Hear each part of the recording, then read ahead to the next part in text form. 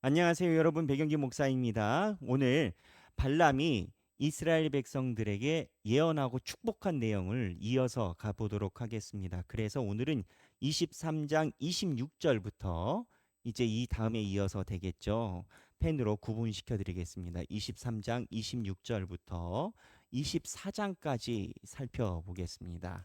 자, 지난번에 예언 첫 번째 예언과 두 번째 예언을 했다라고 했죠. 첫 번째는 이스라엘 번성, 그 다음에 하나님이 이스라엘에게 주신 약속이 꼭 이루어질 것이다 라고 이야기를 했어요. 근데 이제 23장 26절부터 23장 26절부터 어, 27절부터 드리겠습니다. 26절부터 시작을 해서 27절부터 9절까지 24장 9절까지, 그 다음에 네 번째 예언은 24장 10절부터 24장 마지막 절까지 이렇게 됩니다. 그런데 세 번째 예언의 포인트는 뭐냐? 세 번째 예언의 포인트는 이스라엘 백성의 장막을 다시 축복을 합니다.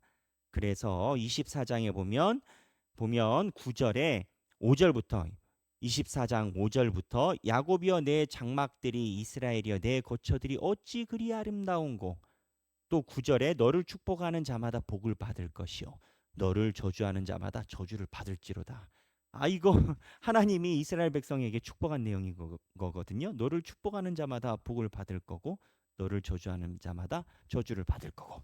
그래서 다시 여기 보면 장막 축복을 합니다. 누가? 발람이요. 지금 발람은 어떻게 보면 무당인 겁니다. 근데 무당이 하나님의 신에 휘가 맞아서 거꾸로 이스라엘 백성들에게 축복을 하는 희한한 현상이 일어나고 있습니다. 여러분, 이 현상이 일어나고 있는 이유가 뭐라고 했습니까? 이스라엘 백성들이 범죄하였고 하나님께서 주신 신탁, 하나님께서 주신 명령을 충분히 담아가기에 그릇이 문제가 있을 때조차도 이스라엘 백성들이 하나님의 축복의 예언을 들을 수준이 안 되는 그 순간에조차도 오히려 하나님이 이방 무당을 통해서 이스라엘 백성들에게 축복을 부어주고 계신 상황인 겁니다. 그래서 이스라엘 백성들이 미약하고 연약하고 실패하는 그 순간에도 하나님은 하나님의 축복을 거두지 않으시는 그러한 하나님의 기적이 있다라는 거예요. 그래서 네 번째 예언이 중요한데, 세 번째 장막 축복을 이야기를 하고 네 번째 예언을 이야기를 합니다. 네 번째 예언을 축복을 하는데 여기에 중요한 문구가 나옵니다. 바로 예수 그리스도와 연계되는 그러한 예언의 축복이 이 무당에게 나옵니다. 보면은, 자 보세요. 17절입니다. 24장 17절에 내가 그를 보아도 이때 일이 아니며 내가 그를 바라보아도 가까운 일이 아니로다. 17절에. 그러니까 지금 이야기하는 게 아니라라는 겁니다. 현 시대를 이야기하는 게 아니라 한 별이, 여기서부터 이제 예수 그리스도와 관계됩니다. 한 별이 야곱에서 나오며 한 규가 이제 그 지팡이 같은 거 아니겠습니까? 한 규가 이스라엘에게서 일어나서, 규가 이제 왕의 상징이죠. 한 규가 이스라엘에게서 일어나서 모압을 이쪽에서 저쪽까지 쳐서 무찌르고 또 셋의 자식들을 다 멸하리로다 라고 쭉 나옵니다. 그래서 한별 메시아 예언을 합니다.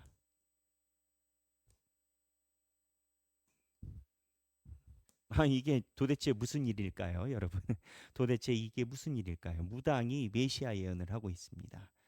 그래서 이 발람이라는 선지자를 고대 교부에 의하면 한 절반 정도는 메시아에 대해서 예언했기 때문에 좋은 선지자로 봐야 된다라고 생각하는 쪽도 있고, 절반 정도는 무당, 나중에 발람이 이스라엘 백성들이 범죄하게 하는데 기회 제공을 하거든요. 그래서 이거는 대놓고 무당이다라고 이야기하시는 쪽도 있습니다. 그래서 유명한 신학자들이 이 발람이라는 선지자를 좋은 사람이냐 나쁜 사람이냐라고 보는데 의견이 좀 갈립니다. 왜냐하면 메시아에 대한 예언을 직접적으로 이 무당이 하고 있기 때문입니다.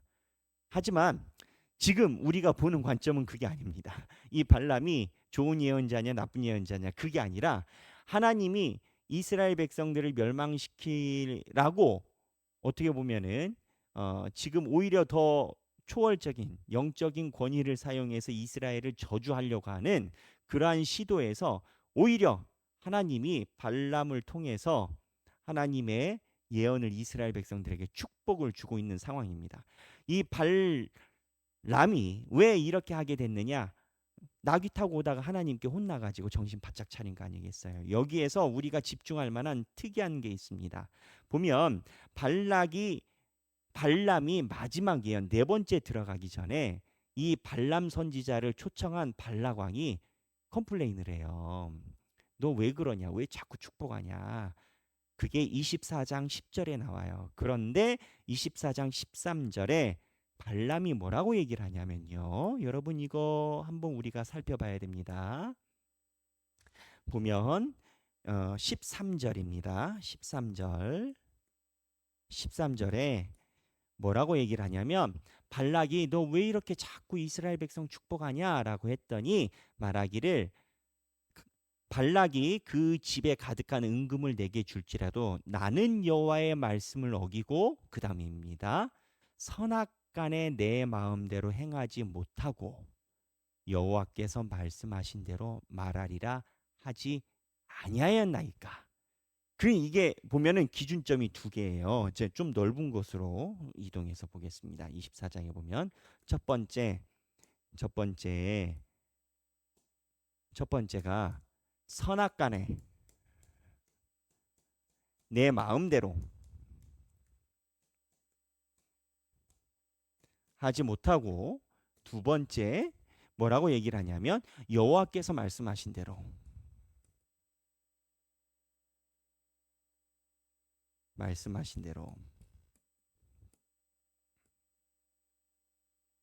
지금 이 무당인 발람이 하나님의 음성을 듣고 하나님의 경책을 받고 정신 차렸을 때 하는 소리입니다. 근데 여기 두 가지 레이어 층이 있어요. 하나는 선악간에 내 마음대로 말하지 않는다라는 거예요. 여기서 우리가 알아야 되는 게 사람이 생각하는 선악간의 분별이 있다라는 겁니다. 발람 입장에서는요, 지금 선악을 굳이 변호를 하자면 자기에게 정성을 다해준 발락을 편들어 주는 게 의린 거예요. 그렇잖아요. 이스라엘 백성들이 발람에게 해준 게 뭐가 있어요? 근데 발락이 발람은 알아보고 돈도 주고 은금도 주고 자기에게 호의를 베풀잖아요. 인간이 사람이 무언가 이렇게 에티튜드를 받으면 최소 갚아주는 게 예의 아니겠어요? 이게 선한 일 아니겠어요? 근데 그러한 인간의 선악간의 기준이 지금 여기에서 중요하지 않다라는 거예요.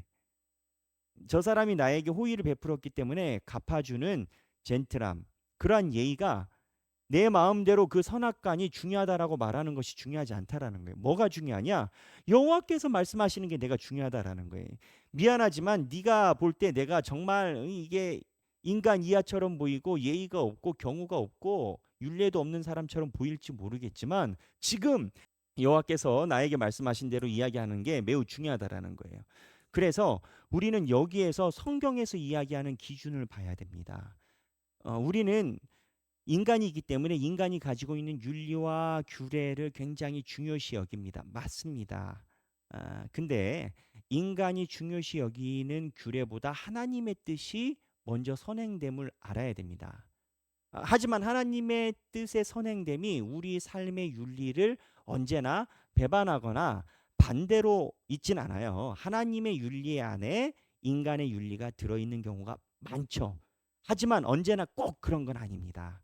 때로는 하나님의 말씀이 인간의 생각을 앞설 때가 있어요. 지금 발람의 입장에서는 이스라엘 백성들을 축복하는 게 인간의 도의를 버리고 있는 행위인 건 거예요. 하지만 발람은 여호와께서 말씀하시는 대로 선택함이 맞다라고 얘기를 했어요. 이게 신앙생활에 중요해요. 왜 중요한지 아십니까? 여러분은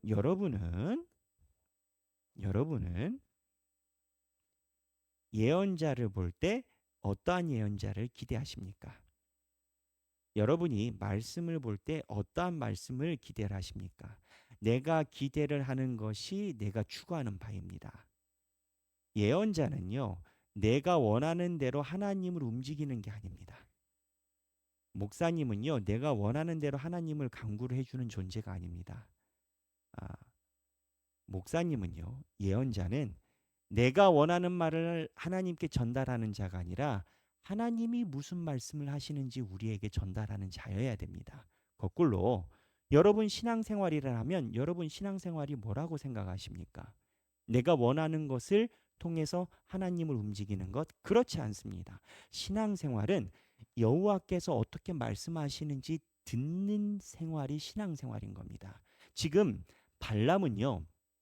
발람 사건이 이제 마무리인데 발람 사건 마무리에서 보면 발람이 처음에는 발락과 함께 하나님을 움직이려 했습니다. 근데 지금은요.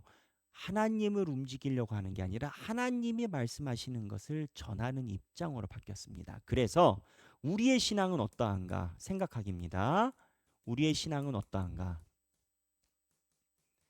하나님을 움직이려고 하는가? 움직이려 하는가? 아니면 하나님의 음성대로 내가 움직이려 하는가? 내로 내가 움직이려 하는가? 하나님이 말씀하시면 내가 움직이는 건지 내가 원하는 대로 하나님이 움직여 주시기 원하시는 건지 이 층이 성경에는 분명하게 나옵니다. 여기 말고도 성경은 지속적으로 이러한 이야기를 합니다. 우리가 받았던 제자교육 북코선트에서도 많은 영성가들이 이 얘기를 누차 얘기를 합니다. 마무리 지면 이 발람 선지자의 스토리는요. 우리의 신앙의 모습을 담고 있습니다. 처음에는 주변 사람들과 여건에 의해서 사람들의 말대로 하나님을 움직이고 이러한 방향으로 우리의 교회와 우리의 삶을 가져가려고 했다가 하나님이 경책에서 하나님의 말씀대로 전하고 하나님의 말씀대로 보는 모습으로 발람이 바뀌어가고 있습니다. 그 이 말씀은 뭐냐? 많은 게 있죠. 하나님이 이스라엘 절대 안 버린다. 쟤네 사고 쳐도 내 새끼다. 오히려 더 축복 줘버린다. 나중에 이때의 일은 아니지만 이때의 일은 아니지만 나중에 메시아가 올 것이다. 예언까지 하나님이 입에다 담아주면 무당이라고 할지라도 한다. 그래서 생각하기 우리는 여호와의 말씀하신 대로 살아가고 있는가? 하나님의 음성에 귀를 기울이고 있는가? 한 번쯤 생각해 보시는 여러분들이 되시기를 바랍니다. 지금까지 함께 묵상해 주셔서 감사하고요. 오늘 성경 본문이 어디까지인지 말씀을 드리면 24장까지입니다. 내일 강의서부터는 그 다음 강의서부터는 25장 들어갑니다. 25장 마지막 1세대의 마무리 단계 들어가고 새로운 출발이 시작됩니다. 함께 해주셔서 감사하고요. 성경 24장까지 꼼꼼히 한번 살펴보시기를 바랍니다. 감사합니다.